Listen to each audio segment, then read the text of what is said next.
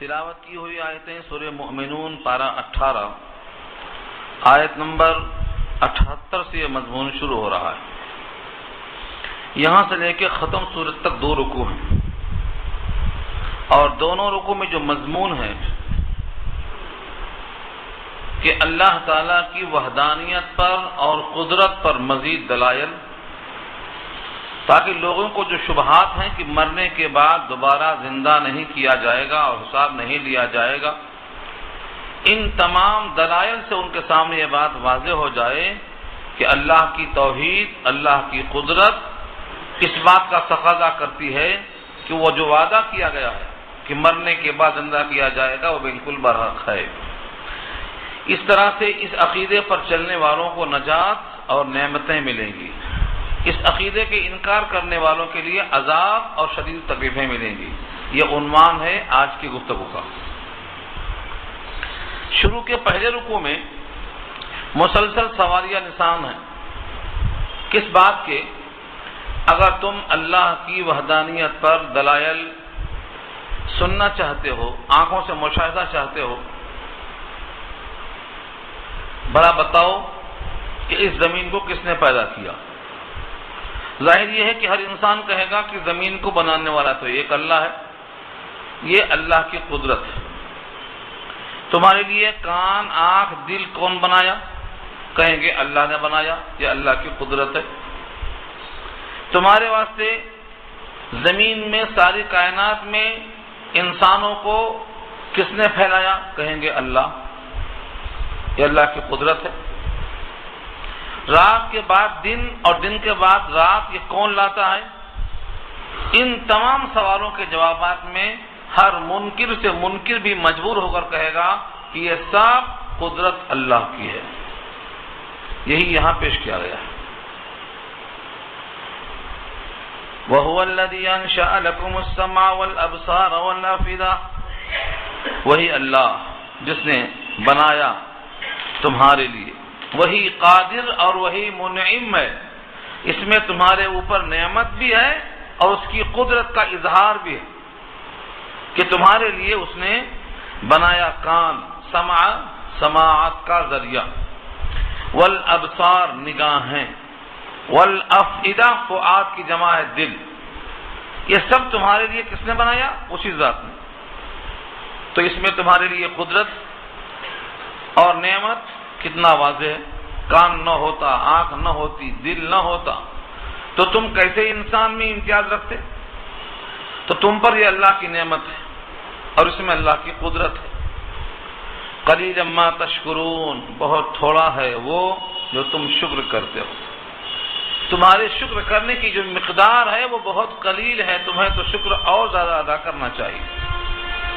قلیلا، بہت تھوڑا، ما بمانا الذی، تشکرون، جو تم شکر کرتے ہو اس کی مقدار بہت کم ہے، تمہیں تو ہمیشہ اللہ کے شکر میں لگے رہنا چاہیے۔ وَهُوَ الَّذِي ذَرَاكُمْ فِي الْأَرْضِ وَإِلَيْهِ تُحْشَرُونَ، اور وہی ہے جس نے پھیلا دیا ہے تم کو زمین میں۔ سورہ نساء میں آ چکا ہے کہ ایک آدم اور ایک حوا، پہلے صرف آدم، پھر ان سے حوا، پھر ان دو سے ساری کائنات کو بھر دیا ہے۔ اس میں اللہ کی قدرت کا اظہار ہے۔ ذرأکم، پھیلا دیا تم کو، فی الارض، زمین میں، وإلیہ تحشرون، اور اسی کی طرف تم سب جمع کیے جاؤ گے۔ تحشرون بمانا حشر، یعنی اکٹھا کیے جاؤ گے۔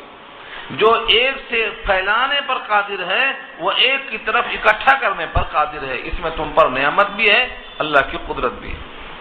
وَهُوَ الَّذِي يُحْيِي وَيُمِيتُ، وہی ہے جو تم کو مارتا اور جلاتا ہے۔ یحیی مضارع ہے، جلاتا ہے، یمیت مارتا ہے، جلانا، مارنا اس کے قبضے قدرت میں۔ اس میں اللہ کی قدرت اور تم پر اللہ کی نعمت کا اظہار ہے۔ وَلَهُ اخْتِلَافُ اللَّيْلِ وَالنَّهَارِ، اور اسی کی قدرت میں ہے، اسی کے اختیار میں ہے رات اور دن کا اختلاف، رات اور دن کا گھٹنا بڑھنا۔ دن آج کل بڑا ہو رہا ہے، راتیں چھوٹی ہو گئیں، کچھ دن کے بعد دن چھوٹا ہوگا، راتیں بڑی ہوں گی۔ یہ تغیر، یہ تبدل، یہ اللہ کی قدرت ہے، تم پر اللہ کی نعمت ہے۔ افلا تعقلون، کیا تم عقل کا استعمال نہیں کرتے؟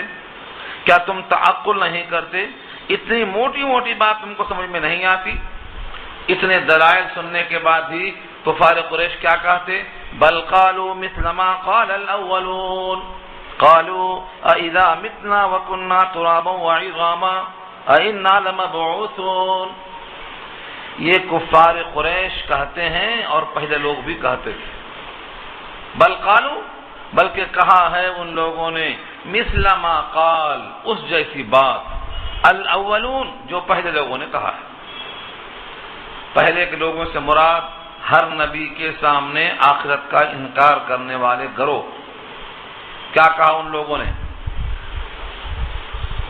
قالو کہتے ہیں، یوں کہتے ہیں اذا متنا کیا جب ہم مر جائیں گے. متنا تو فعل ماضی ہے، گزرا ہوا زمانہ ہے، لیکن اور اذا داخل ہونے کی وجہ سے تو سوال ہے اور اذا حرف شرط ہے. جب ماضی پر آتا ہے تو معنی مستقبل کا ہوتا ہے. اذا متنا کیا جب ہم مر جائیں گے، وَكُنَّا تُرَابًا اور ہو جائیں گے مٹی. تراب کے معنی مٹی، وَعِظَامًا اور ہڈی، یعنی ہمارا وجود مٹی میں تبدیل ہو جائے گا یا کچھ بچے گا تو ہڈی میں رہ جائے گا. اَإِنَّا لَمَبْعُوثُونَ کیا ہم اٹھائے جائیں گے دوبارہ، زندہ کیے جائیں گے ہم دوبارہ. یہ بات تعجب سے کہا ہے پہلے کے لوگوں نے اور بعد کے لوگوں نے. لقد وعدنا نحن وآباؤنا هذا من قبل تحقیق کے وعدہ کیے گئے ہم. وعدنا نحن یہ وعدہ کیے گئے ہم، وآباؤنا اور ہمارے آبا و اجداد. شروع سے یہ بات سنتے آ رہے ہیں کہ مرنے کے بعد زندہ ہوں گے، مرنے کے بعد زندہ ہوں گے. یہ وعدہ ہم سے بھی ہوا، ہمارے باپ دادا سے بھی ہوا. ہذا سے مراد یہ وعدہ من قبل اس سے پہلے سے وعدہ چلا آ رہا ہے. ان ھذا نہیں ہے یہ الا مگر اساطیر الاولین پہلوں کی داستان ہے. اساطیر اسطورہ کی جمع ہے اور الاولین پہلے سے منقول چلا آتا جملہ. یہ کوئی نئی بات نہیں ہے. مرنے سے ڈرانا، مرنے کے بعد اٹھنے کا اعلان اور وعدہ کرنا، یہ سب چلی آ رہی ہے باتیں. یہ قول کس کا ہے؟ اگلے باپ داداؤں کا منقول چلا آتا ہے. مکے والوں کے سامنے جب بات پہنچائی گئی تو ان کا بھی یہی قول ہے اور آج بھی یہ بات پیش کریں گے تو یہی جواب ملے گا. اللہ تعالیٰ فرماتے ہیں کہ تم یہ سوال جواب کرنے کے بجائے اس کا نتیجہ کیا ہے وہ دیکھو کہ تمہیں اللہ کی قدرت پر یقین نہیں ہے کہ وہ اتنا بڑا کام کیسے کر سکتا ہے. اس قدرت کے لیے تمہارے سامنے دلائل ہیں، اس سے بڑے بڑے دلائل ہیں کہ اللہ اس پر قادر ہے. تم اس کو تسلیم کرتے ہو تو جب اتنے بڑے بڑے کام پر اللہ کی قدرت کو مانتے ہو تو چھوٹے چھوٹے کاموں پر قدرت کا انکار کیوں کرتے ہو؟ مثلا آپ کفار قریش سے پوچھئے کہ زمین کس کی ہے اور جتنی زمین میں مخلوقات ہیں یہ کس کی ہیں، کس کی ملکیت ہے، انہیں پیدا کر کے کھانا دینے والا کون ہے؟ تو کسی بھی کافر سے آپ سوال کر لیں گے اس کے منہ پر ایک ہی جواب ہوگا کہ ان کا مالک اللہ ہے. قل لمن الارض کہہ دو زمین کس کی ہے، ومن فیہا اور جتنے زمین میں ہیں وہ کس کے ہیں، تم کس کے ہو. ان کنتم تعلمون اگر تم کچھ جانتے ہو، تم کو علم ہے، اس کائنات کا علم ہے، تمہارے وجود کا علم ہے، مخلوقات کا علم ہے، موجودات کا علم ہے، کچھ بھی علم ہے تو بتاؤ یہ زمین کس کی ہے اور زمین کے مکین کس کے ہیں، اس میں رہنے والے کس کے ہیں. سیقولون تو ان قریب وہ ضرور کہیں گے للہ اللہ کی ملکیت، اللہ نے ان کو پیدا کیا ہے، اللہ انہیں غذائیں دیتا ہے، اللہ ہی کا حکم ان پر چلتا ہے، یہ کہیں گے. فقل جب یہ ایسا کہیں گے تو ان سے آپ جواب میں کہیے افلا تذکرون کیا تم تذکر نہیں کرتے، کیا تم غور و فکر نہیں کرتے، کیا تم پھر دھیان نہیں دیتے کہ جب زمین کا مالک وہ ہے، زمین کی مخلوقات کا مالک وہ ہے، تو پھر تم اس کی قدرت پر کیوں شک کرتے ہو کہ جس نے پہلی بار زمین کو آباد کیا ہے وہی دوبارہ پھر آباد کرے گا. اگر پھر سوال کریں آپ ان سے، قل من رب السماوات السبع ورب العرش العظیم، قل آپ یہ بھی کہیے تو صحیح، من کون ہے وہ، رب السماوات ساتوں آسمان کا رب کون ہے، السبعی صفت ہے سماوات کی، قل آپ کہہ دیجئے من رب السماوات السبعی سات آسمان کا رب کون ہے۔ یہاں سات آسمان کیوں کہا گیا؟ کیونکہ قدرت کا اظہار منظور ہے۔ سات آسمان حقیقت میں ہیں جس کا ذکر کئی آیتوں میں آ چکا ہے، اس لیے یہاں فرمایا کہ سات آسمان کا مالک کون ہے، اور ساتوں آسمان کے اوپر ایک عرش ہے جو بہت بڑا ہے، اس عرش کا رب کون ہے؟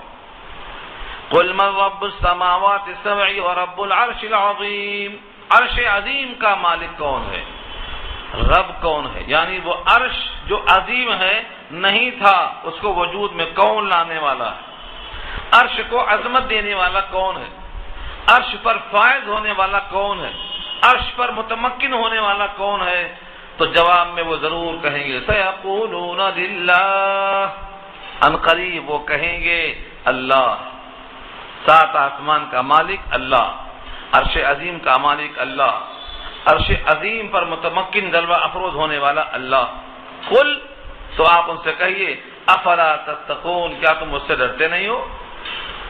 کیا تم اس عرش عظیم کے رب سے ڈرتے نہیں ہو؟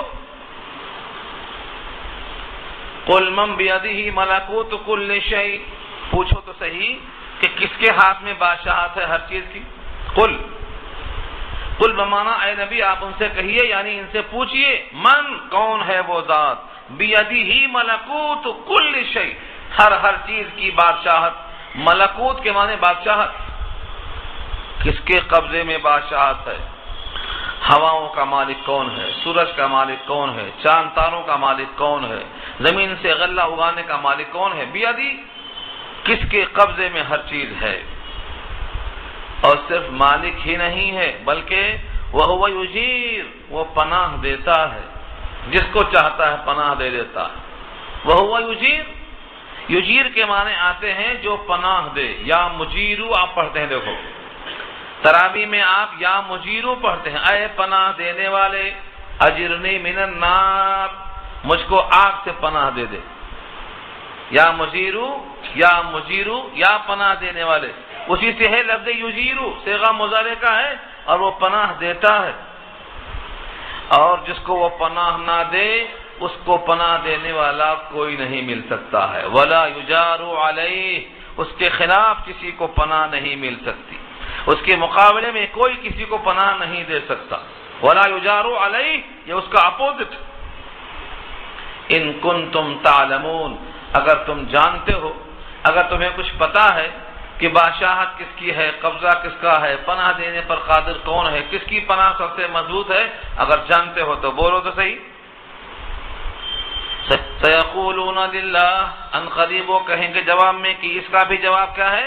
اللہ، اللہ ہے، یہ سب صفتیں اللہ ہی کی ہیں۔ قل تو ان سے آپ پوچھئے فَأَنَّا تُسْحَرُونَ، تسحرون سحر سے بنا ہے، اور سحر کے معنی جادو، تو تسحرون کے معنی تم پر جادو کہاں سے آ پڑتا ہے، تم جادو زدہ ہو جاتے ہو، ادھر اقرار بھی ہے، اعتراف بھی ہے، ادھر انکار بھی ہے اور فرار بھی ہے۔ جب پوچھا جاتا ہے اتنے سوال کیے گئے، سب کا جواب تم نے کہا اللہ، بادشاہت اس کی، پناہ گاہ اس کی، ساتوں زمین ساتوں آسمان کا رب وہی، ربوبیت اس کی، ادھر اقرار بھی کرتے ہو، اور جب سجدہ کرنے کا موقع آتا ہے، بندگی کرنے کا موقع آتا ہے تو فرار کرتے ہو۔ انا تسحرون، تم پر جادو کہاں سے آ پڑتا ہے کہ جس بات کا اقرار ہے، اعتراف ہے، پھر اسے سے فرار بھی ہو رہا ہے۔ حقیقت یہ ہے کہ تمہارا فرار حق سے فرار ہے، بل اتیناہم بالحق، بلکہ ہم نے ان تک حق پہنچا دیا، بلکہ بل اردو میں ہے بلکہ، اتیناہم ہم نے ان کو پہنچا دیا، بالحق حق کے ساتھ، وانہم لکاذبون اور بے شک وہ جھوٹ بولنے والے ہیں، یعنی اللہ کے ساتھ انکار کرنے والے ہیں۔ ایسا نہیں ہے کہ ان تک حق نہیں پہنچا ہے، حق پہنچ چکا ہے، اعتراف کرتے ہیں مگر تسلیم نہیں کرتے۔ اب وہ حق کو جھٹلاتے کیسا ہیں؟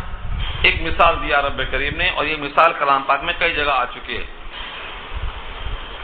جیسا مشرکین کا عقیدہ یہ تھا کہ اللہ کے بیٹیاں ہیں فرشتے، عزیر اللہ کے بیٹے ہیں یہودیوں کا عقیدہ تھا، عیسیٰ اللہ کے بیٹے ہیں عیسائیوں کا عقیدہ تھا۔ یہ در حقیقت حق کی تکذیب کرنا ہے۔ اللہ فرماتے ہیں مَتَّخَذَ اللَّهُ مِن وَلَدٍ، نہیں بنایا اللہ نے کوئی اولاد، وَمَا كَانَ مَعَهُ مِنْ إِلَٰهٍ، اور نہیں ہے ان کے ساتھ کوئی دوسرا خدا اور کوئی معبود۔ نہ ان کی اولاد ہے، نہ ان کے ساتھ دوسرا کوئی معبود ہے کہ معبود میں اشتراک ہو، کوئی نہیں۔ اگر بفرض محال سپوز اگر ایسا کوئی معبود ہوتا، اذن تب تو، اذن کے معنی تب تو، یعنی اگر دوسرا کوئی معبود ان کے ساتھ ہوتا، اذن تب تو لذهب كل الہ بما خلق، ہر معبود کیا کرتا؟ اپنے مخلوق کو لے کر الگ بناتا، حکومت الگ ہو جاتا، مشترک نہیں رہتا۔ ساتوں زمین، ساتوں نظام اور ساتوں آسمان کا نظام اکٹھا نہیں ہوتا، ہر خالق اپنی مخلوق کو لے کر الگ ہو جاتا۔ اذن لذهب، چلا جاتا لے کے، کل الہ، ہر معبود، بما خلق، اپنے مخلوق کو لے کر، جس کو اس نے پیدا کیا ہے وہ کسی اور کے ساتھ کیوں رکھتا، لے کے الگ ہو جاتا۔ اور الگ ہو کر خاموش نہیں بیٹھتا، بلکہ الگ ہونے کے بعد جیسے دنیا کے بادشاہ اپنے بادشاہت کو وسعت دینے کے لیے، اپنے حکومت کی زمین کو بڑا کرنے کے لیے ملک کی حویث گیری میں ایک دوسرے پہ حملہ کر بیٹھتے ہیں، یہاں بھی ہوتا وَلَعَلَى بَعْضُهُمْ عَلَى بَعْضٍ، ایک خدا دوسرے پر چڑھ بیٹھتا، وَلَعَلَى بَعْضُهُمْ عَلَى بَعْضٍ، ایک طاقتور ملک دوسرے ملک پر چڑھ بیٹھتا، ایک طاقتور پڑوسی دوسرے پر چڑھ بیٹھتا۔ ایسے ہی اگر کئی مخلوق ہوتے اور کئی خالق ہوتے تو ہر خالق اپنے مخلوق کو لے کر الگ ہو جاتا اور جس کو کمزور دیکھتا اس پر چڑھ بیٹھتا۔ لَعَلَى بَعْضُهُمْ عَلَى بَعْضٍ، علا کے معنی چڑھ لینا، چڑھائی کر دینا۔ سبحان اللہ عما یصفون، اللہ کی ذات پاک ہے ان تمام چیزوں سے جو وہ بیان کرتے ہیں، یعنی اللہ کے ساتھ کوئی اور ہے، اس سے بھی اللہ پاک ہے، اللہ کی اولاد ہے، اس سے بھی اللہ پاک ہے، اللہ کی بادشاہت میں کوئی شریک ہے، اس سے بھی اللہ پاک ہے۔ اللہ تعالیٰ سے جتنے اوصاف لوگ بیان کرتے ہیں وہ نقائص سے اللہ کی ذات پاک اور صاف ہے۔ عالم الغیب والشہادہ فتعالی عما یشرکون، غیب کی بات اور شہادہ مانے ظاہر، دو چیزیں ہیں، ایک چیز ہے غیب جو پوشیدہ ہو اور ایک شہادہ کا معنی جو آشکارا اور ظاہر ہو۔ تو اللہ کی شان یہ ہے کہ وہ غیب کا بھی جاننے والا ہے اور آشکارا چیزوں کا بھی جاننے والا ہے۔ تم اگر دل میں کوئی بات چھپاتے ہو اس کو بھی جانتا ہے، زبان سے ظاہر کرتے ہو اس کو بھی جانتا ہے، تمہارے دل میں جو بھی غرض پوشیدہ ہے ان کو بھی جانتا ہے۔ یعنی اللہ تعالیٰ کی ذات ہر چیز کے علم پر محیط ہے، کوئی چیز چھپنے والی نہیں ہے۔ فتعالی عما یشرکون، پس بلند ہے اللہ کی ذات اور منزہ ہے ان تمام چیزوں سے جو وہ شریک کرتے ہیں۔ جتنی چیز اللہ کی طرف شرکت رکھتے ہیں سب سے اللہ بلند اور بالا ہے۔ یعنی خلاصہ اس کا یہ ہوا، اللہ اپنی ذات میں صفات میں بالکل مشترک نہیں ہو سکتا، وہ منزہ ہے۔ جو اللہ کی صفات ہیں اللہ کی مخلوق میں نہیں آ سکتی، جو مخلوق کی صفات ہیں وہ اللہ میں نہیں آ سکتی، اور جتنے نقائص اور عیوب ہیں اللہ کی ذات اس سے منزہ ہے، یہ کہہ دیا گیا۔ یہاں ایک رکوع ہونے کے بعد اب اللہ کہلواتے ہیں سید الانبیاء سے صلی اللہ علیہ وسلم۔ کفار قریش کے لیے آپ نے بد دعا کی تھی اور اللہ نے آپ کی دعا قبول کر کے ان پر عذاب بھیجنے کا فیصلہ کر لیا تھا۔ اب دو ہی شکل ہے، یا تو عذاب سامنے آ جاتا نبی کی موجودگی میں، یا نبی کی حیات ظاہری کے بعد آتا، دو ہی شکل ہے۔ یوں تو اللہ کا وعدہ ہے کہ جب تک آپ رہیں گے ہم عذاب نہیں دیں گے، اللہ کا وعدہ ہے۔ وَمَا كَانَ اللَّهُ لِيُعَذِّبَهُمْ وَأَنْتَ فِيهِمْ، آپ جس قوم میں موجود ہوں اس قوم کو عذاب نہیں آئے گا آپ کے ہونے کے طفیل میں۔ یہ بات پیچھے آ چکی ہے سورہ انفال میں۔ جب آپ کے ہوتے ہوئے عذاب نہیں آ سکتا، پھر بھی اگر آپ کی تمنا یہ ہے کہ دشمن کو ہمارے سامنے مارا جائے تاکہ دشمن کی جو کوتاہیاں شرارتیں ہو چکی ہیں کچھ خمیازہ بھگتتا ہوا ہم بھی دیکھیں، تو پھر عذاب جب آتا ہے اللہ کی طرف سے تو وہ عالمگیر ہوتا ہے، کوئی بچتا نہیں۔ جیسے اللہ نے فرمایا ہے، اس کے بعد کے رکوع میں سورہ نور میں وہ بحث آئے گی، وَاتَّقُوا فِتْنَةً، ایسے فتنے سے بچو، لا تصیبن الذین ظلموا منکم خاصہ، کہ جو تم میں سے ظالم ہیں صرف ان کو نہیں پہنچے گا بلکہ ظالموں کے ساتھ سب کو پہنچے گا۔ جیسے اردو میں محاورہ ہے کہ گیہوں کے ساتھ گھن پستا ہے، جب عذاب آئے گا تو کوئی بچے گا نہیں۔ یوں تو اللہ کا اصول یہ ہے کہ اپنے معصوم بندوں کو اللہ پہلے سے الگ کر دیتے ہیں، جب بھی عذاب آیا ہے اللہ نے اپنے معصوم بندوں کو الگ کر دیا ہے۔ لیکن اللہ نے نبی کو سکھلایا کہ دعا یہ کرو کہ جب بھی ان دشمنوں پر عذاب آئے ہم کو دکھانے کے لیے تو اے پروردگار ہم کو ان ظالمین کے ساتھ مت رکھیے، ہم کو الگ رکھیے، یا آپ دعا کیجئے تاکہ اضطراری حالت میں اللہ کو یاد کرتے رہیے، یہ مقصود ہے۔ دو آیتوں میں دیکھو دعا کے الفاظ ہیں، قل، اے نبی آپ کہہ دیجئے، ربی، اے میرے پروردگار، اما ترینی ما یوعدون، اگر آپ دکھلائیں مجھ کو وہ جو وعدہ ان سے کیا جا رہا ہے، یعنی کافروں پر عذاب کا وعدہ اگر آپ مجھ کو بھی دکھلانا چاہتے ہیں، میرے سامنے ہونا چاہتا ہے، جیسا کہ آپ نے بددعا کیا تو مکے میں 7 سالہ قحط پڑ گیا، لوگوں نے مردے کھائے، چمڑے کھائے، ہڈیاں کھائے، پتے کھائے، کوئی چیز نہیں بچی جو نہیں کھائے۔ آپ کے سامنے یہ اللہ کا عذاب تھا قحط کی شکل میں، اور بدر کے میدان میں مسلمانوں کی تلوار ان کے سروں پر عذاب کی شکل میں نبی کے سامنے پڑ رہی ہے، یہ بھی عذاب ہے اللہ کا۔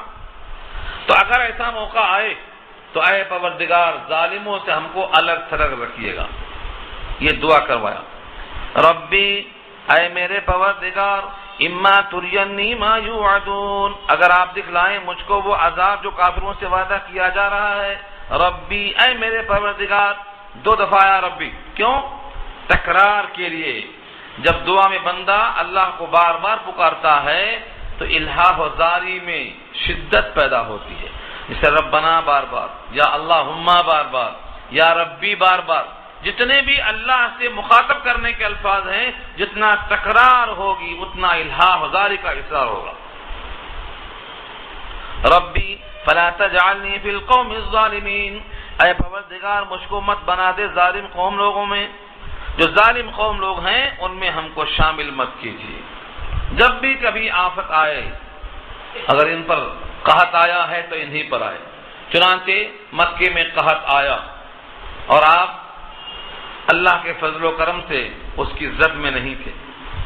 ان لوگوں نے مدینے میں آ کر نبی سے اصرار کیا کہ آپ تو صلہ رحمی کی دعوت دیتے ہیں، آپ کے بددعا کرنے سے آپ کی قوم بھوکوں مر رہی ہے، آپ کو اسی رحم کا واسطہ ہے، دعا کر کے قحط ختم کرا دیجیے۔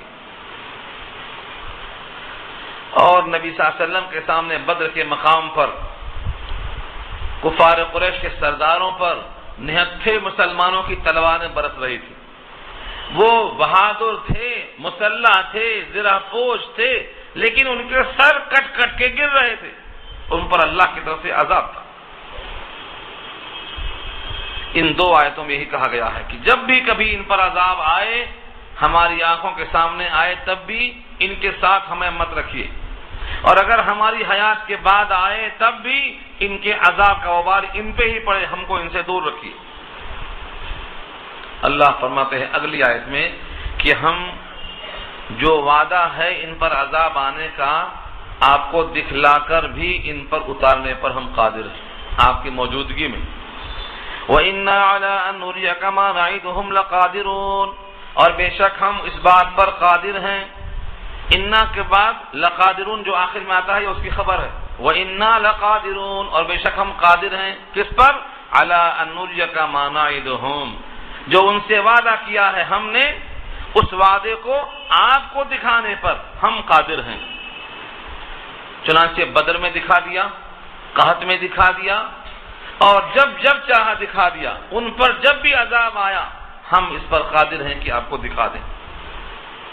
لیکن آپ جلد بازی میں ان کے حق میں بد دعا مت کیجیے، ان کے حق میں جلدی میں کچھ بھی طلب مت کیجیے، آپ ان کی برائیوں کا جواب اچھائیوں سے دیجیے، گالیوں کا جواب دعاؤں سے دیجیے، ان کی بے رحمی کا جواب رحم سے دیجیے، ان کی ظالمانہ حرکتوں کا جواب معافی سے دیجیے، ان کے ساتھ ہر برائی کا جواب بھلائی سے دیجیے، کیونکہ یہ مکارم اخلاق کا تقاضا ہے، اور آپ کو اللہ نے بلند اخلاق پر فائز کیا ہے۔ اخلاق کریمانہ کا تقاضا یہ ہے کہ گالی کا جواب دعاؤں سے دیا جائے۔ ادفع باللتی ہی احسن السیئہ، یہ بار بار پڑھنا ہے۔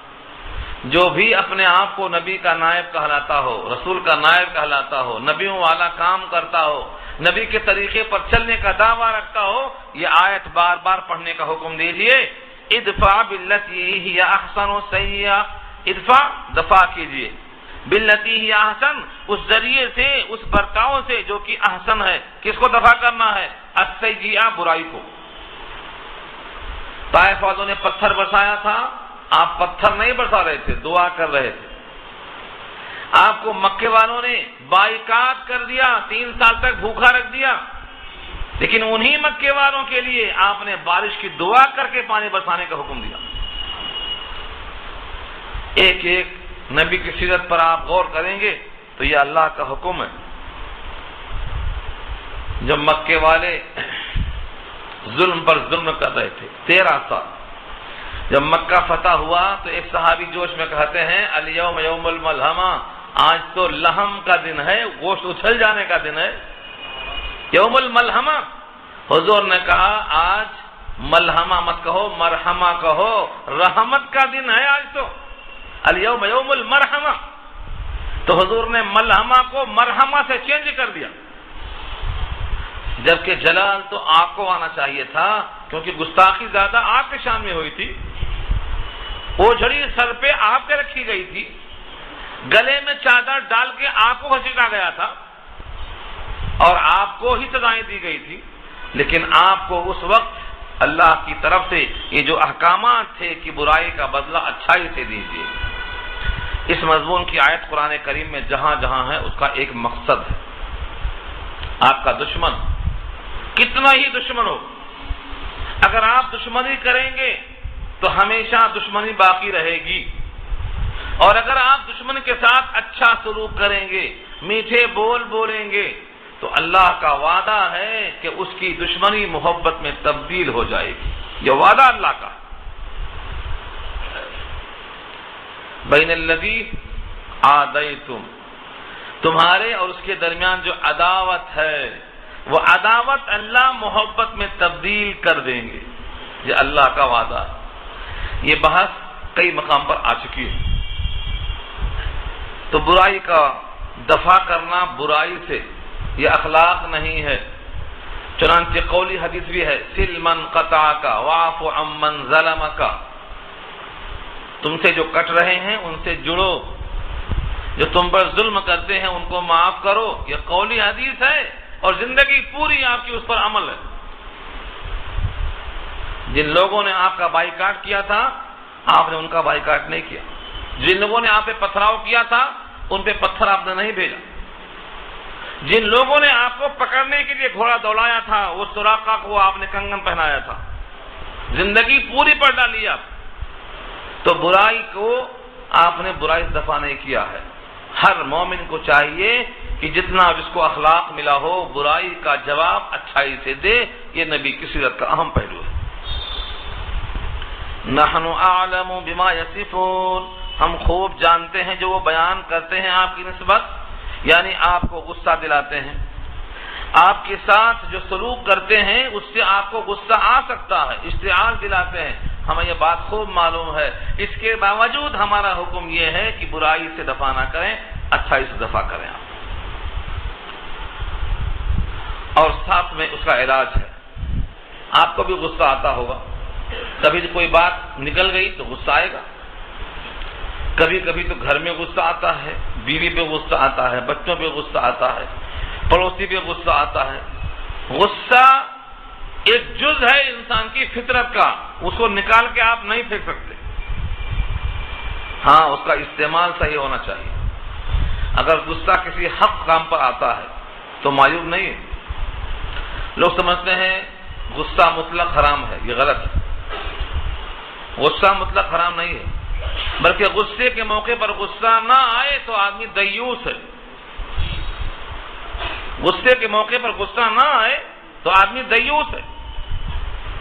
آج کوئی گھر میں گھس گیا آپ کے، کہیں ہمیں غصے نہیں آ رہا ہے، کوئی عزت پہ ہاتھ ڈال رہا ہے، آپ کو غصے نہیں آ رہا ہے، آپ کے گھر میں گھس کے گھر والوں کو باہر ڈھکیل دیا، ہمیں غصے نہیں آ رہا ہے۔ آج کے مسلمانوں پر اعتراض کرنے والوں کا یہی حال ہے کہ ان کی آنکھیں بند ہیں، وہ یہ جانتے ہیں کہ ہمارے گھر میں نہ کو غصہ ہوا ہے، پھر بھی ہمارا غصہ کہتے ہیں بے محل ہے۔ کائنات میں یہ انصاف نہیں ہے۔ غصے کے موقع پر غصہ آنا چاہیے، فطرت۔ ہاں اپنی ذات کے لیے اور اپنی انا کے لیے اور محض جذبات کے لیے غصہ آنا یہ غلط ہے، یہ غلط ہے۔ نبی صلی اللہ علیہ وسلم کو غصہ نہیں آیا، اتنا غصہ آیا، راوی فرماتے ہیں کہ لگتا تھا آپ کے رخسار پر انار نچوڑ دیا گیا ہے، کلے سرخ ہو گئے تھے۔ کیوں؟ جب اللہ کی حد میں سفارش کیا اسامہ نے اور کہا کہ مخزومی عورت کا ہاتھ نہ کاٹا جائے، یہ میری سفارش ہے۔ قبیلے کے لوگ بہت پریشان ہیں۔ حضور نے کہا اتشفعوا فی حد من حدود اللہ، تم اللہ کے حد میں، اللہ کے قانون میں سفارش کرتے ہو، تمہاری یہ مجال؟ چہرہ سرخ ہو گیا۔ ہاں اپنی ذات کے لیے غصہ نہیں آتا۔ پتھر آپ پہ آ رہا ہے تو آپ دعا دے رہے ہیں کیونکہ ذات پہ تکلیف ہو رہی ہے۔ ابن قیم نے پتھر مارا، غزوہ احد میں دانت ٹوٹ گئے، خون ٹپک رہا، مگر آپ کو غصہ نہیں آیا، آپ نے دعا دیا یہ میری قوم مجھے نہیں جانتی ورنہ پتھر نہیں مارتی، اے اللہ اس کو جاننے کی توفیق دے دے۔ تو ذات کے لیے غصہ نہیں آیا، لیکن اللہ کے حق میں جب کوئی دخل دیتا ہے تو غصہ آتا ہے۔ جب نمازیں قضا ہو گئیں آپ کی تو غصہ آیا، کہا اللہ ان کی قبروں کو آگ سے بھر دے، مجھے نماز نہیں پڑھنے دیا، تو نماز نہیں پڑھنے دیا تو غصہ آیا۔ اللہ کے قانون میں تبدل کرنے کی سفارش آئی تو غصہ آیا۔ تو غصہ ہمیشہ حرام نہیں ہے، بے موقع غصہ آئے تو حرام ہے۔ آگے وہی فرمایا کہ اگر غصہ آ جائے اور بے موقع معلوم ہو کہ بے موقع غصہ آ گیا ہے تو سمجھ لو کہ شیطان نے ایر لگائی ہے۔ شیطان تو خون کے رگوں میں داخل ہو کر وہاں پہنچتا ہے جہاں جہاں خون پہنچتا ہے۔ اب اس شر سے بچنے کے لیے اللہ کی پناہ میں آ جاؤ۔ وقل، اور آپ اس طرح کہیے، ربی اعوذ بک من ہمزات الشیاطین۔ وقل، اور آپ کہہ دیجیے، یہ نبی کو اللہ کی طرف سے خطاب ہے، اس کی نقل کرنا ہے ہر امتی کو۔ ربی، اے میرے رب، اعوذ بکا، میں آپ کی پناہ چاہتا ہوں، من ہمزات الشیاطین، شیاطین کی رگڑ سے، شیاطین کے وسوسوں سے، شیاطین کے بہکاوے سے میں آپ کی پناہ چاہتا ہوں۔ وَأَعُوذُ بِكَ رَبِّي، اور میں پناہ چاہتا ہوں اے میرے پروردگار، أَن يَحْضُرُونَ، کہ وہ میرے پاس حاضر ہوں، وہ میرے پاس حاضر ہوں، میں اس سے بھی آپ کی پناہ چاہتا ہوں۔ آیت نمبر 97-98، یہ دونوں آیت ہے۔ شروع کا ربی جہاں سے ہے وہاں سے گفتگو ہے، یہ دو آیتیں بطور دعا کے یاد کر لو۔ حضرت خالد رضی اللہ عنہ کو شکایت تھی نیند نہیں آنے کی، حضور سے کہا کہ مجھے نیند نہیں آ رہی، بے چینی ہو رہی ہے۔ آپ نے یہ دونوں آیتیں پڑھنے کا حکم دیا۔ جب انہوں نے ان آیتوں کو پڑھنا شروع کیا تو ہر تکلیف ختم ہو گئی، اللہ کی پناہ مل گئی۔ تو جس کو غصہ آتا ہو، جس کو نیند نہ آتی ہو، جس کو بے چینی پیدا ہوتی ہو، جس کو شیطان کے وسوسے کا اندیشہ لگ گیا ہو، ان دونوں آیتوں کا ورد کرے، اللہ کی پناہ مل جائے گی اور شیطان دفع ہو جائے گا، آپ کے قریب نہیں آ سکتا۔ ربی اعوذ بک من ہمزات الشیاطین واعوذ بک ربی ان یحضرون۔ یا تو یہی الفاظ یاد کر لیے جائیں، یا انہی یہی پڑھا جائے، اور انہی لفظوں کو نبی صلی اللہ علیہ وسلم نے دعاؤں کی شکل میں ڈھال کے بنا کے دیا ہے۔ اعوذ بکلمات اللہ التامات من غضب اللہ وعقابہ ومن شر عبادہ ومن ہمزات الشیاطین وان یحضرون، یہ دعا کے الفاظ ہیں، اسی آیت سے مستفاد ہیں۔ آپ یا تو یہ الفاظ آیت کے یاد کر لیں یا پھر دعا کے الفاظ یاد کر لیں، کثرت سے پڑھیے، شیطان قریب نہیں آئے گا۔ شیطان کو آپ ڈنڈے سے نہیں مار سکتے، شیطان کو آپ گولی سے نہیں مار سکتے، شیطان کو آپ کے پاس دفع کرنے کا کوئی راستہ نہیں ہے سوائے اللہ کی پناہ میں آنے کے، اور پناہ کے لیے جو الفاظ نبی نے یا اللہ نے سکھلائے ہیں اس سے جامع الفاظ آپ کو نہیں مل سکتے۔ تو یا تو یہ آیت یاد کر لیجیے، اور یا تو وہ روایت یاد کر لیجیے، دونوں یاد کر لیجیے، اپنے بچوں کو، عورتوں کو، سب کو سکھلائیے۔ شیطان کا یہ وسوسہ انسان کے ساتھ کب تک رہتا ہے؟ شیطان انسان کو بھٹکاتا ہے، غصہ دلاتا ہے، وسوسہ ڈالتا ہے، نمازیں چھڑاتا ہے، جھوٹ بولنے لگاتا ہے، وعدے خلافیاں کرنے لگاتا ہے، وعدے کی تو کوئی اہمیت نہیں رہ گئی۔ حالانکہ بارہا آپ سن چکے ہیں، وعدہ خلافی نفاق کا حصہ ہے، 1/4 ہے۔ وعدہ خلافی اور جھوٹ اور گالی گلوچ، امانت میں خیانت، یہ 4 چیزیں نفاق کی علامت ہیں، چاروں ہیں تو پکا منافق ہے، اور ایک اگر ہیں تو 1/4 ہے۔ اس کے باوجود آج کثرت سے مسلمان وعدہ خلافی کرتا ہے، اس کو پتہ ہی نہیں ہے کہ ہم نے وعدہ کیا ہے۔ 4 چیزیں اگر پکی ہیں، چاروں چیزیں پائی گئی تو پکا منافق۔ 4 من کن فیہ کان منافقا خالصا، خالص منافق ہے، ایمان کا اس میں شائبہ نہیں ہے۔ اور 4 میں سے اگر 2 ہے تو آدھا، 1 ہے تو 1/3۔ اس لیے آپ اچھی طرح سن لیں کہ شیطان یہ دل میں خیال ڈالتا رہتا ہے، کب تک؟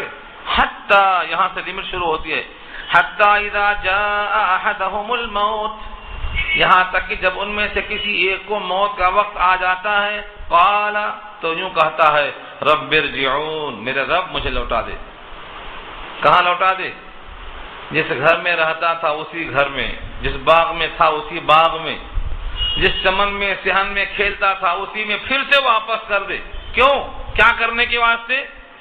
لعلی اعمل صالحا، شاید کہ میں، یہاں لعلی مانے تاکہ میں عمل صالح کر دوں، فیما ترکتو، جو میں نے چھوڑ دیا ہے بغیر صالح کیے ہوئے، باغ چھوڑ دیا، جائیداد چھوڑ دیا، بینکوں میں مال چھوڑ دیا، نہ جانے کیا کیا چھوڑ دیا۔ فیما ترکتو میں سب آ گیا، فیما ترکتو، جو میں نے ترک کر دیا ہے دنیا میں، چھوٹ جا رہا ہے، ذرا موقع دیجئے کچھ عمل صالح کر لوں اس میں۔ اللہ نے ان تمام کا ایک جواب دیا، کلا، ہرگز نہیں، واپس نہیں۔ تھن سے دودھ نکل گیا، تھن میں واپس نہیں جائے گا، کسی حال میں اب تھن میں دودھ واپس نہیں جائے گا۔ جس کی روح ایک بار نکل گئی دوبارہ واپس نہیں جائے گی، اور جتنے واقعات میں ہے دوبارہ زندہ ہونے کے، وہ بطور معجزے کے ہیں، وہ اللہ کی مرضی سے ہے۔ اصول یہ ہے کہ دوبارہ روح واپس نہیں جائے گی۔ تو یہ ہر انسان جو کافر ہوتا ہے، جو مومن ہوتا وہ نہیں کہے گا ایسا۔ مومن تو کہے گا، حدیث میں آتا ہے، فرشتہ پوچھتا ہے کہ ادھر جاؤ گے کہ ادھر جاؤ گے؟ فرشتہ پوچھتا ہے آگے لے کے چلوں کہ واپس بھیج کے آؤں؟ مومن کہتا ہے ایک کٹھن والے گھر میں، اس طرح میں جہاں بڑے کام تھے، مصیبتیں تھیں، تھک تھکا کے تو آیا ہوں نکل کے وہاں سے، اب مجھے وہاں واپس کہاں لے جا رہے ہو؟ آگے چلو اللہ کے پاس، آگے راحتیں ہیں، نعمتیں ہیں، اعزاز و اکرام ہے، یہ تو آگے جانے کی خواہش کرے گا۔ خود نبی صلی اللہ علیہ وسلم کے آخری وقت میں کیا الفاظ تھے؟ اللہم رفیق الاعلی، میں دنیا کی طرف نہیں جانا چاہتا ہوں، اللہم رفیق الاعلی، اے اللہ رفیق اعلیٰ آپ ہیں، میں آپ سے ملنا چاہتا ہوں، ادھر نہیں جانا چاہتا ہوں۔ ہر مومن ایسا ہی کرتا ہے۔ یہ تو کافر کا حال ہے، وہ کہتا ہے میں نے چھوڑ دیا ہے، دنیا چھوڑ کے آ رہا ہوں، مجھے ذرا موقع دے دو، کچھ عمل صالح کر لوں اس میں۔ کلا، ہرگز نہیں۔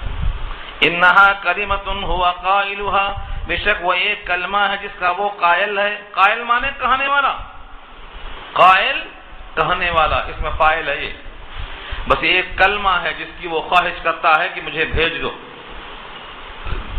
کون نہیں کہے گا بھیج دو؟ ہر مجرم جب پکڑا جاتا ہے تو بولتا ہے مجھے چھوڑ دو۔ مجرم کب کہتا ہے مجھے لے کے چلو؟ وہ تو کہتا ہے مجھے چھوڑ دو، اب یہ غلطی نہیں کروں گا، آگے آ رہا وہی، اب یہ غلطی نہیں کروں گا۔ اللہ فرماتے ہیں کہ جس کی روح نکل گئی اب برزخ ہے، آگے نہیں جا سکتا نہ پیچھے جا سکتا۔ اذا جاء اجلها، جب اس کی موت کا وقت آ گیا تو نہ ایک لمحہ مقدم ہوگا نہ ایک لمحہ مؤخر ہوگا۔ فلا يستأخرون ساعة ولا يستقدمون، نہ استقدام ہے نہ استخار، نہ آگے نہ پیچھے، نہیں جا سکتا۔ کیوں نہیں جا سکتا؟ کیونکہ روح نکلنے کے بعد اس کائنات میں بندہ نہیں آئے گا، برزخ میں جائے گا۔ اللہ آگے فرماتے ہیں وَمِن وَرَائِهِمْ بَرْزَخٌ، اور اس کے پیچھے برزخ ہے۔ برزخ کہتے ہیں آڑ کو، آڑ، دو چیزوں کے درمیان جو چیز حائل ہو اس کو برزخ کہتے ہیں۔ ادھر گنگا ہے ادھر جمنا ہے، دو ندیاں بہتی ہیں، دو ندیوں کا پانی الگ الگ بہتا ہے، اس کا پانی اس میں نہیں، اس کا پانی اس میں نہیں۔ اللہ فرماتے ہیں یہ برزخ ہے، ہماری قدرت کی برزخ ہے۔ ہاں، بینہما برزخ لا یبغیان، یہ برزخ ہماری ہے، یہ پانی ادھر نہیں آ رہا، اور میلوں بہتا ہے اور تیزی کے ساتھ بہتا ہے، لیکن اس گنگا کا پانی ادھر نہیں آ رہا، تو یہ برزخ، یہاں بھی وہی برزخ ہے۔ جو اس دنیا میں ہے جنت میں نہیں جائے گا، جو جنت میں ہے وہ ادھر نہیں آئے گا، بیچ میں برزخ ہے۔ یہ برزخ کہتے ہیں دنیا اور آخرت کے بیچ کا وقفہ، یہاں بندے کی روح پڑی رہتی ہے، یعنی اسی مرحلے میں گزارتا ہے اپنے اوقات کو۔ الی یوم یبعثون، اٹھائے جانے کے دن تک، جب دوبارہ سور پھونکا جائے گا، سب کو کھڑا کیا جائے گا، حساب کتاب میں جمع کیا جائے گا، اس وقت تک یہ برزخ کا زمانہ ہے۔ جب دوسرا سور پھونک دیا جائے گا، یوم یقوم الناس لرب العالمین، سب کھڑے ہو جائیں گے حساب کے لیے، اب وہ موقع ہے برزخ ختم ہونے کا، اب حساب کتاب شروع ہوگا۔ اللہ فرماتے ہیں فَإِذَا نُفِخَ فِي الصُّورِ، جب سور میں پھونک ماری جائے گی۔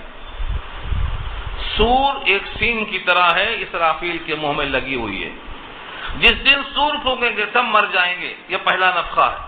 دوبارہ سور پھونکیں گے سب اٹھ جائیں گے، یہ دوسرا نفخہ ہے، یہاں دوسرا ہی مراد لیا ہے۔ اگرچہ شارحین کا اس میں اختلاف ہے، لیکن دوسرا یہاں پر مراد ہے۔ دوسرے میں جب سور پھونکیں گے، سور میں جب پھونک ماری جائے گی، فَلَا أَنْسَابَ بَيْنَهُمْ يَوْمَئِذٍ وَلَا يَتَسَاءَلُونَ، تو کوئی نسب نامہ نہیں ہوگا ان کے درمیان۔ انصاب نسب کی جمع ہے، فلا انصاب نسب نامہ نہیں، تم کس کے بیٹے ہو، کس کے پوترے ہو، کس کی برانچ میں آئے ہو، کس کی شاخ میں پیدا ہو، کوئی سوال نہیں ہوگا۔ یہ آیت یہاں بہت واضح ہے۔ فلا انصاب بینہم یومئذ، اس دن ان کے درمیان رشتے ناتے کچھ بھی نہیں ہوں گے۔ ولا یتساءلون، اور نہ پوچھے جائیں گے، کوئی کسی سے نہیں پوچھے گا۔ اشکال یہ ہو سکتا ہے کہ بعض آیتوں میں آیا ہے وقفوہم انہم مسئولون، ان کو ٹھہراؤ، ان سے پوچھا جائے گا۔ تفسیر کبیر میں لکھتے ہیں کہ آدمی کے احوال الگ الگ ہوں گے، ایک ہی حالت پر نہیں رہے گا۔ کبھی ایسا ہولناکی کا منظر آئے گا کہ سوال نہیں کیا جائے گا، اور جب ذرا راحت ملے گی تو اس موقع پر باہم سوال جواب بھی کر لیں گے، تم کون ہو، کہاں سے آئے۔ لیکن نفسی نفسی کا یہ عالم ہوگا، کوئی کسی کو نہیں پوچھے گا۔ اللہ تعالیٰ کی طرف سے نسب نامہ کچھ موقع پر کام آنے کا بھی ذکر کیا ہے، جس طرح سورہ نجم پارہ 27 میں آیا ہے کہ اگر مومن ہے تو مومن کی اولاد میں اگر ایمان کے باوجود کچھ کمی ہے عمل صالح کی، تب بھی ہم باپ بیٹے کو جوڑ دیں گے، الگ نہیں رکھیں گے۔ الحقنا بہم ذریتہم وما علتناہم من عملہم من شیء، اگر وہ ایمان میں مشترک ہیں، عمل میں کوتاہی بھی ہے تو ہم دونوں کو اکٹھا کر دیں گے۔ تو مومن کے واسطے یہ ہے کہ ہم اکٹھا کریں گے، اور کافر کے واسطے یہ بحث ہے کہ نسب نامہ کام میں نہیں آئے گا۔ معلوم یہ ہوا ایمان اگر ہے تو ہر چیز کام میں آئے گی، اور ایمان نہیں ہے تو کوئی چیز کام میں نہیں آئے گی۔ اب تولا جائے گا، ترازو رکھی جائے گی، فمن ثقلت موازینہ فاولئک هم المفلحون، جس کی ترازو بھاری ہو گئی، ثقلت ثقیل ہو گئی، بھاری ہو گئی، بوجھل ہو گئی، موازین اس کی میزان، اس کی ترازو، فاولئک هم المفلحون، وہی لوگ کامیاب ہیں۔ ومن خفت موازینہ، اور جس کی ترازو ہلکی پڑ گئی، فاولئک الذین خسروا انفسهم فی جہنم خالدون، پھر وہی لوگ ہیں جنہوں نے اپنا نقصان کر لیا اور جہنم میں ہمیشہ کے لیے پڑے گئے۔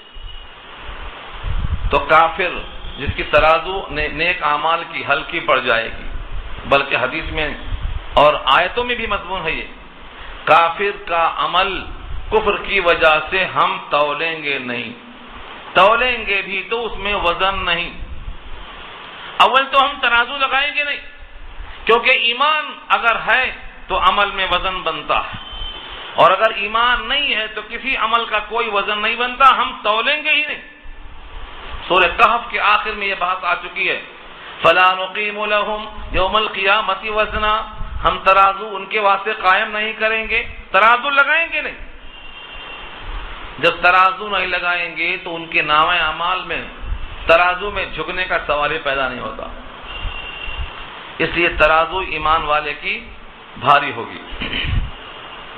کون کون سا عمل ترازو میں زیادہ تولا جائے گا، وزندار ہوگا؟ حدیث میں آتا ہے اخلاق، ایمان کے بعد اخلاق سب سے زیادہ وزندار عمل ہے۔ جب تولا جائے گا تو سب سے وزندار اخلاق نکلیں گے، اخلاق کی وجہ سے ترازو جھک جائے گی۔ اور ایک حدیث نقل کی ہے،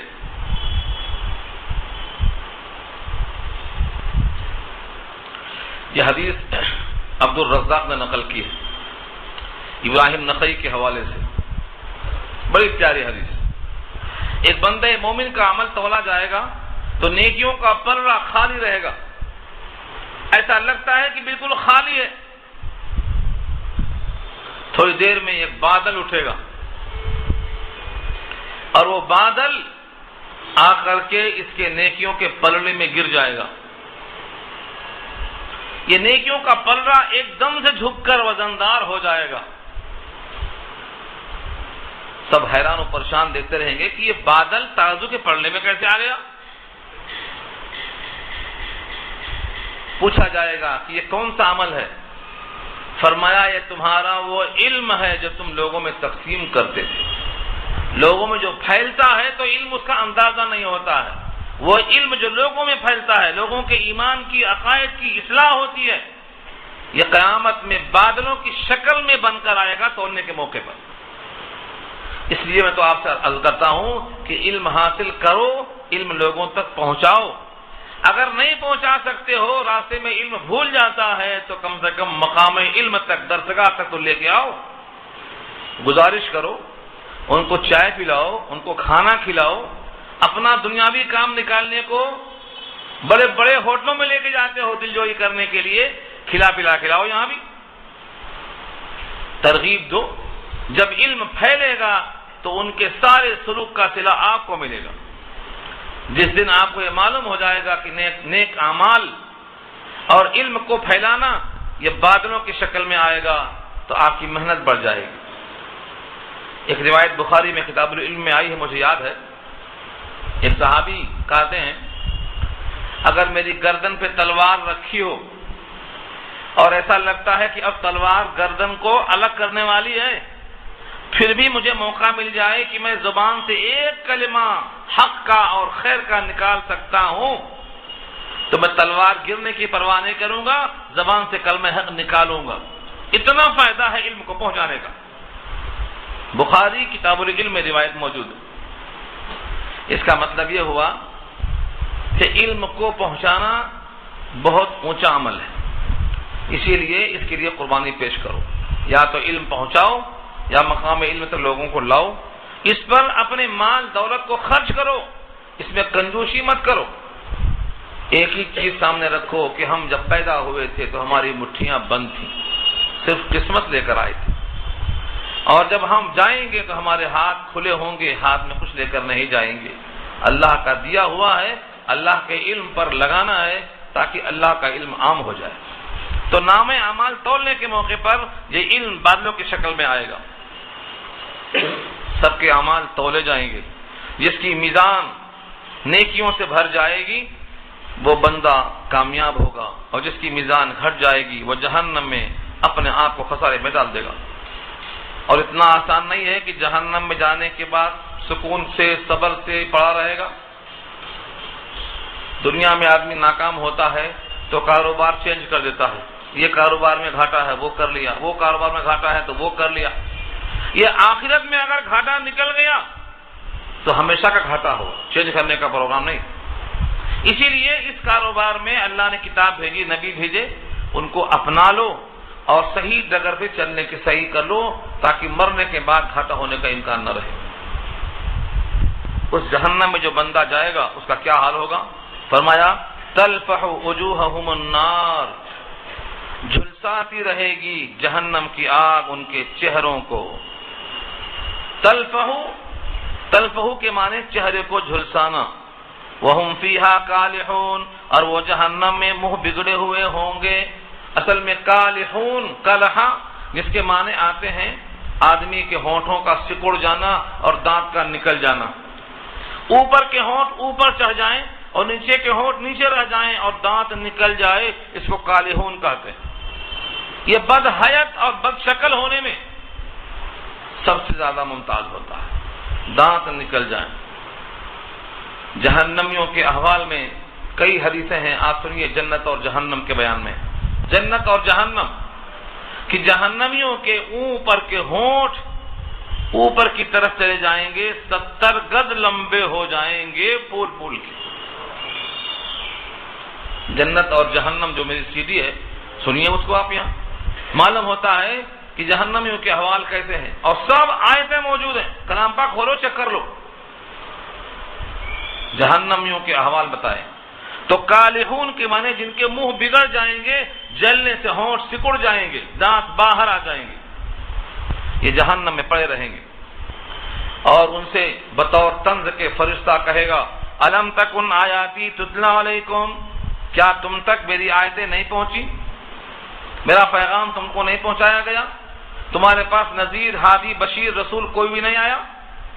الم تکن آیاتی تتلی علیکم، کیا تم پر میری آیتیں دنیا میں پڑھ کر سنائی نہیں جایا کرتی تھی؟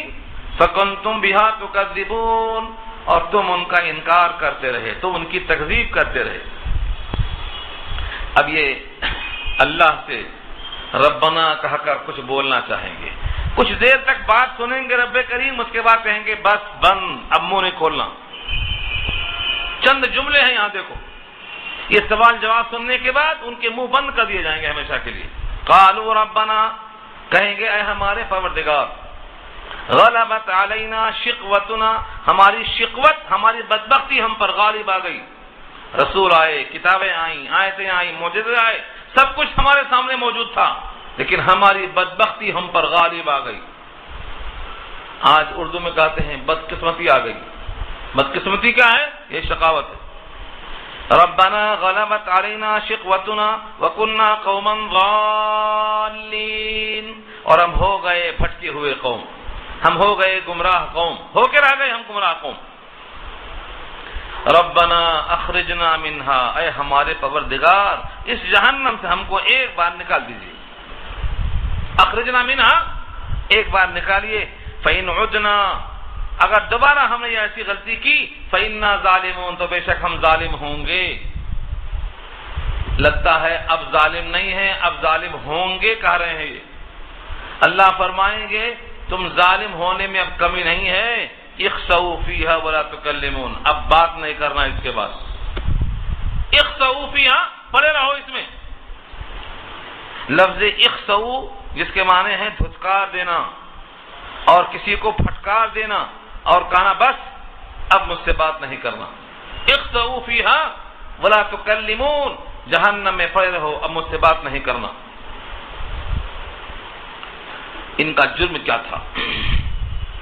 جو مومن بندے تھے ان کا یہ مذاق اڑاتے تھے، آیتوں کا مذاق، رسولوں کا اور حق باتوں کا، جنت کا، ہر چیز کا مذاق اڑاتے تھے۔ میرے بندے تھے، دیکھو انہ کان فریق من عبادی یقولون، میرے بندوں میں سے ایک گروہ تھا، انہ کان فریق من عبادی، میرے بندوں میں سے ایک گروہ ایسا تھا، یقولون جو کہا کرتے تھے ربنا آمنا فاغفر لنا وارحمنا وانت خیر الراحمین، اے ہمارے پروردگار ہم ایمان لے آئے، ہماری مغفرت فرما، بخشش فرما، ہم پر رحم فرما، آپ سب سے بہتر رحم کرنے والے ہیں۔ جب یہ مومن دعا کرتا تو اس مومن کی دعا کو سن کر مذاق اڑاتے، دیکھو کیسا رو رہا ہے آخرت کے لیے، کہاں کی آخرت، کہاں کا ثواب، کہاں کی جنت، کیسا مذاق اڑاتے۔ فاتخذتموہم سخریا، تم نے بنایا ان کو مذاق، سخریا مسخرہ کا ذریعہ، سخریا اس کو اردو میں کہتے ہیں مسخرہ، مسخرہ کے معنی ٹھٹھا کرنا، دل لگی کرنا، اور دل لگی اہل اللہ سے اور محبت کرنے والوں سے اور اللہ کے چاہنے والوں سے تمہارا مذاق اتنا بڑھ گیا، اتنا مشورہ تمہارا محبوب ہو گیا، حتی انسوکم ذکری، کہ تم میری یاد سے غافل ہو گئے، تم کو بھلا دیا میری یاد نے، یعنی تم کو ہماری یاد نہیں آئی، اتنا مذاق، اتنا ٹھٹھا کہ اسی میں تم ہو کے رہ گئے۔ وَكُنْتُمْ مِنْهُمْ تَضْحَكُونَ، اور تھے تم ان سے مذاق کرتے ہوئے، ہنستے ہوئے، ٹھٹھا کرتے ہوئے۔ انی جزیتہم اليوم بما صبروا انہم هم الفائزون، بے شک میں نے ان کو آج بدلہ دیا ہے ان کے صبر کا، اور صبر کا بدلہ یہ ہے انہم هم الفائزون، وہی لوگ کامیاب ہو گئے۔ تم جن پر ہنستے تھے، تم جن کے چپلوں کو اور کپڑوں کو دیکھ کر اور دنیا خراب دیکھ کر ان پر ہنسا کرتے تھے، آج ان کا صبر کام میں آ گیا، صبر کا بدلہ کیا ملا؟ کامیابی، کامیابی۔ اور تم ہنستے رہے، بولو صحیح کتنا ہنستے رہے، کتنے سال ہنسے، کتنے برس مزے اڑائے؟ اللہ بطور چٹکی لینے کے ان سے پوچھیں گے اچھا تم بتاؤ، یہ تو کامیاب ہو گئے لیکن تم جن پہ ہنستے رہے، تم کتنے سال ہنستے رہے بتاؤ ذرا؟ تمہارا مذاق، تمہارا شور و غل، تمہارا کھیلنا، تمہارا ہنسنا مسکرانا، عہد اللہ کا مذاق کرنا، کتنے برس دنیا میں رہے؟ وہ کہیں گے پروردگار ہم دنیا میں برس کہاں رہے، ارے ایک دن رہے یا ایک دن سے بھی کم رہے، بھول گئے کتنا دن رہے۔ یہاں کی شدت، یہاں کی ہولناکی، یہاں کی وحشت، یہاں کا عذاب، جھلسا دینے والی ہوائیں، ہمارے ذہن میں تو ایسا لگتا ہے کہ ہم دنیا میں ایک دن رہے یا آدھا دن رہے، پورا دن نہیں رہے۔ الفاظ دیکھو، قال کم لبثتم فی الارض عدد سنین، کتنے دن رہے تم زمین میں سالوں کی گنتی کے اعتبار سے، عدد سنین سالوں کی گنتی، کتنی مدت رہے؟ قالوا لبثنا یوما، کہتے ہیں دنیا میں ہم رہے ایک دن، یومن، یومن کے معنی ایک دن، او بعض یوم، یا دن کا بعض حصہ تھے، پورا دن نہیں، دو ہی قول ہے۔ فاسأل العادین، تو آپ سوال کر لو فرشتوں سے جو گنتی کرنے والے ہیں، یہ گننے والوں سے پوچھ لو، ان کو صحیح بات معلوم ہوگی۔ یہ حالت ہے دنیا کے سارے مزوں کی، یہ حالت ہے کہ آخرت میں لگے گا ہم دنیا میں ایک ہی دن رہے یا بعض دن رہے۔ اللہ فرماتے ہیں اتنا کم تو نہیں تھے، ہاں قلیل ضرور تھے، کم دن تھے، لیکن تم اتنا کم نہیں تھے۔ قال ان لبثتم الا قلیلا، کہا نہیں تھے تم دنیا میں مگر بہت تھوڑا، لو انکم کنتم تعلمون، کاش کہ تم کو یہ بات معلوم ہو جاتی، اگر تم کو یہ بات دنیا کے اندر معلوم ہو جاتی تو تم دنیا پر ساری توجہ مرکوز نہ کر دیتے، تم تھے ضرور تھوڑا مگر اتنا تھوڑا نہیں تھے۔ یہ دنیا کی حالت ہے۔ اب یہاں سے خطاب ہے سارے مسلمانوں کو، سارے انسانوں کو، کہ تم اپنے پیدا کرنے کو عبث مت سمجھو۔ تم سوچو، تم ایک گھر بناتے ہو، کچھ مقصد ہوتا ہے، پنکھا بناتے ہو مقصد ہوتا ہے، کپڑا سلاتے ہو مقصد ہوتا ہے، لاکھوں روپیہ خرچ کرتے ہو ایک مقصد ہوتا ہے۔ کیا تم کو اللہ نے بنایا اور کوئی مقصد نہیں؟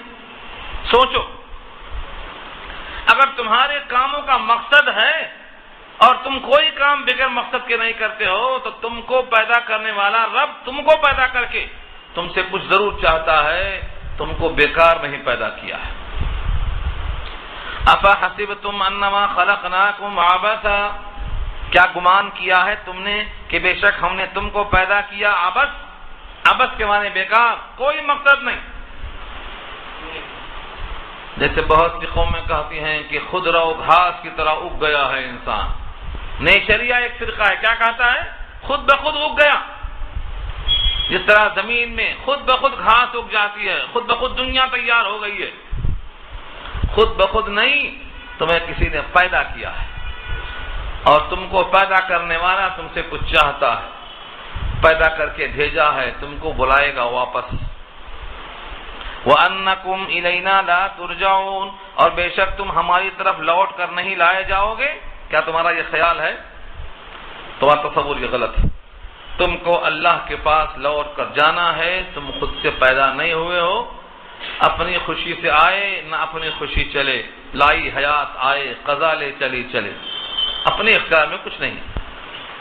یہ آیت بہت اہم ہے، یہاں سے لے کر یہ آیت نمبر 115 ہے، یہاں سے لے کر 118 تک 3 آیتیں، ان 3 آیتوں کے بڑے فضائل ہیں، بہت فضائل ہیں۔ نبی صلی اللہ علیہ وسلم کے زمانے میں ایک صاحب بہت بیمار تھے، حضرت عبداللہ بن مسعود رضی اللہ تعالی عنہ اس کے پاس گئے اور یہ تینوں آیتیں پڑھ کے اس کے کان میں پھونک دیا، وہ ایک دم ٹھیک ہو گیا۔ نبی صلی اللہ علیہ وسلم نے اس کو پوچھا کہ تم نے کیا پڑھ دیا؟ نبی صلی اللہ علیہ وسلم نے پوچھا ابن مسعود تم نے کیا پڑھ دیا؟ انہوں نے کہا میں نے یہ آیتیں پڑھی ہیں، یہ آیتیں پڑھ کے میں نے کان میں ان کے دم کر دیا۔ فرمایا نبی صلی اللہ علیہ وسلم نے قسم ہے اس ذات کی جس کے قبضے میں ساری کائنات ہے، اگر کوئی یقین کامل کے ساتھ کسی پہاڑ پہ پڑھ دے تو پہاڑ جگہ سے ہٹ جائے گا۔ اللہ کی تخلیق ہے وہ، اور یہ اللہ کا کلام ہے۔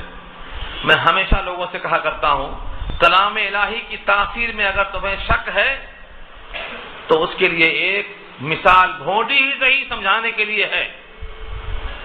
اگر تمہیں کوئی گالی دیتا ہے تو گالی اس کے منہ سے نکلتی ہے، تمہارے کان سے اس کی آواز ٹکراتی ہے، مگر تمہارا سر غصے سے پھر جاتا ہے، سر سے پاؤں تک تم لال پیلے ہو جاتے ہو۔ تمہیں کیا چیز لگ گئی؟ صرف ایک آواز کان میں لگی ہے۔ جب تمہارے زبان سے نکلی ہوئی گالی کا یہ اثر ہو سکتا ہے تو رب کریم کا کلام ہے یہ۔ تمہیں گالی پر یقین ہے، گالی کے اثرات کا یقین ہے، کلام الہی کے اثرات کا یقین نہیں ہو رہا۔ یہ وہ کلام ہے کہ اگر پہاڑ پہ نازل کرتے تو پہاڑ پھٹ جاتا۔ زمین نے، آسمان نے، سب نے انکار کیا ہے، یہ وہ کلام ہے۔ بس شرط یہ ہے پورے کامل یقین کے ساتھ پڑھنا ہے، کامل یقین کے ساتھ۔ یقین میں کمی ہے تو وہ ایمان نہیں کہلاتا ہے۔ اس کے بڑے فضائل ہیں۔ اپنے بچوں کو افحسبتم سے لے کر آخر رکوع تک 3 آیتیں 4 آیتیں ہیں، انہیں یاد کرو، زبان یاد کرو۔ افحسبتم انما خلقناکم عبثا، کیا تمہارا خیال یہ ہے کہ تم کو ہم نے بیکار پیدا کر دیا، خالی از حکمت، تمہارا کوئی مقصد نہیں، محمل؟ وَأَنَّكُمْ إِلَيْنَا لَا تُرْجَعُونَ، اور بے شک تم ہماری طرف لوٹ کر نہیں لائے جاؤ گے۔ فَتَعَالَى اللَّهُ الْمَلِكُ الْحَقُّ، فعل عبث اور اللہ، تم انسان عقل مند ہو، تم کوئی فعل عبث نہیں کرتے ہو، وہ تو اللہ بلند ہے، بادشاہ ہے، حقیقی بادشاہ ہے، وہ فعل عبث کیوں کرے گا تم کو پیدا کر کے؟ تمہاری پیدائش کا ایک مقصد ہے، تمہارے واسطے جنت کا انتظام ہے، تمہارے واسطے دسترخوان تیار ہے، تمہارے واسطے جنت کی نعمتیں انتظار کر رہی ہیں۔ تمہاری پیدائش کا مقصد ہے فتعالى اللہ الملک الحق، اللہ تعالیٰ بہت ہی عالیشان ہے جو کہ بادشاہ حقیقی، لا الہ الا ہو، اس کے سوا کوئی معبود نہیں۔ رب العرش الکریم، عرش عظیم کا وہ مالک ہے، عزت والے عرش کا وہ مالک ہے، وہ عرش جو سب سے کریم ہے، سب سے عزت والا ہے، اس عرش کو وہ پیدا کرنے والا ہے۔ جب اس عرش کو پیدا کرنے والا ہے، اس نے تم کو پیدا کیا ہے تو بے مقصد نہیں پیدا کیا ہے۔ ایسے رب کو چھوڑ کر یا ایسے رب کے ساتھ جو غیر خدا کو پکارتے ہیں، ان پر کوئی دلیل نہیں ہے۔ وَمَن يَدْعُ مَعَ اللَّهِ إِلَٰهًا آخَرَ، اور جو پکارتے ہیں اللہ کے ساتھ دوسرے معبود کو، لا برہان لہ بہ، اس پر ان کے پاس کوئی جماعت، کوئی دلیل نہیں ہے ان کے پاس، لا برہان، کوئی دلیل نہیں، کوئی حجت نہیں۔ فَإِنَّمَا حِسَابُهُ عِندَ رَبِّهِ، تو اس کے سوا کچھ نہیں کہ ان کا حساب ان کے رب کے پاس ہے۔ اور نتیجہ کیا نکلے گا؟ إِنَّهُ لَا يُفْلِحُ الْكَافِرُونَ، کافروں کو فلاح نہیں ملے گی۔ سورہ مومنون شروع ہوئی تھی تو کہا تھا مومنون کامیاب ہو گئے، قد افلح المومنون، مومنون کامیاب، اور ختم ہو رہی ہے تو کیا فرمایا؟ کافروں کو کامیابی نہیں ملنے والی ہے۔ خلاصہ ہے پوری کتاب کا یہ، مومنوں کو فلاح مل جائے گی ان کو فلاح، اور کافروں کو فلاح نہیں ملے گی۔ انہ لا یفلح الکافرون، کافروں کو فلاح نہیں ملے گی۔ خلاصہ ہے یہ، آپ کچھ بھی کریں پہلے ایمان کا جائزہ لیں۔ اگر ایمان صحیح نہیں ہے تو ایمان والوں کو چاہیے کہ اپنا ایمان درست کریں اور کافروں کو ایمان کی دعوت دیں۔ وقل، اور آپ کہتے رہیے، رب اغفر وارحم وانت خیر الراحمین، اے ہمارے پروردگار ہماری بخشش فرما اور ہم پر رحم فرما، اور آپ بہترین رحم کرنے والوں میں سب سے بہتر رحم کرنے والے ہیں۔ آپ کا رحم کرنا بے نیاز ہے، آپ کی طرف سے جس کی بخشش ہو جائے دروازے کھل جائیں گے رحمت کے۔ آپ کی بخشش اور رحمت یہ دونوں مربوط ہے، جس کی بخشش کیے ہیں آپ دروازے رحمت کے کھل جاتے ہیں۔ آپ سب سے بہتر رحم کرنے والے ہیں، خطائیں معاف کرنے والے ہیں۔ ان آیتوں کو اللہ نے خود سکھلایا ہے، لہذا اپنے گھروں میں قرآن کریم کو آپ بند کر کے مت رکھیے۔ جو آیتیں کم سے کم بہت زیادہ اہم ہیں، کثیر الفضائل والی آیتیں، ان تو کم سے کم حفظ کر لیجئے تاکہ ان کے ذریعے سے زبان کا مرتبہ بڑھ جائے اور اللہ تعالیٰ کی قدرت کا اظہار ہو جائے۔ سورہ مومنون اللہ کے فضل و کرم سے یہاں پوری ہو گئی۔ اب اس کے بعد انشاءاللہ سورہ نور کا آغاز ہوگا، دعا کر لیجیے۔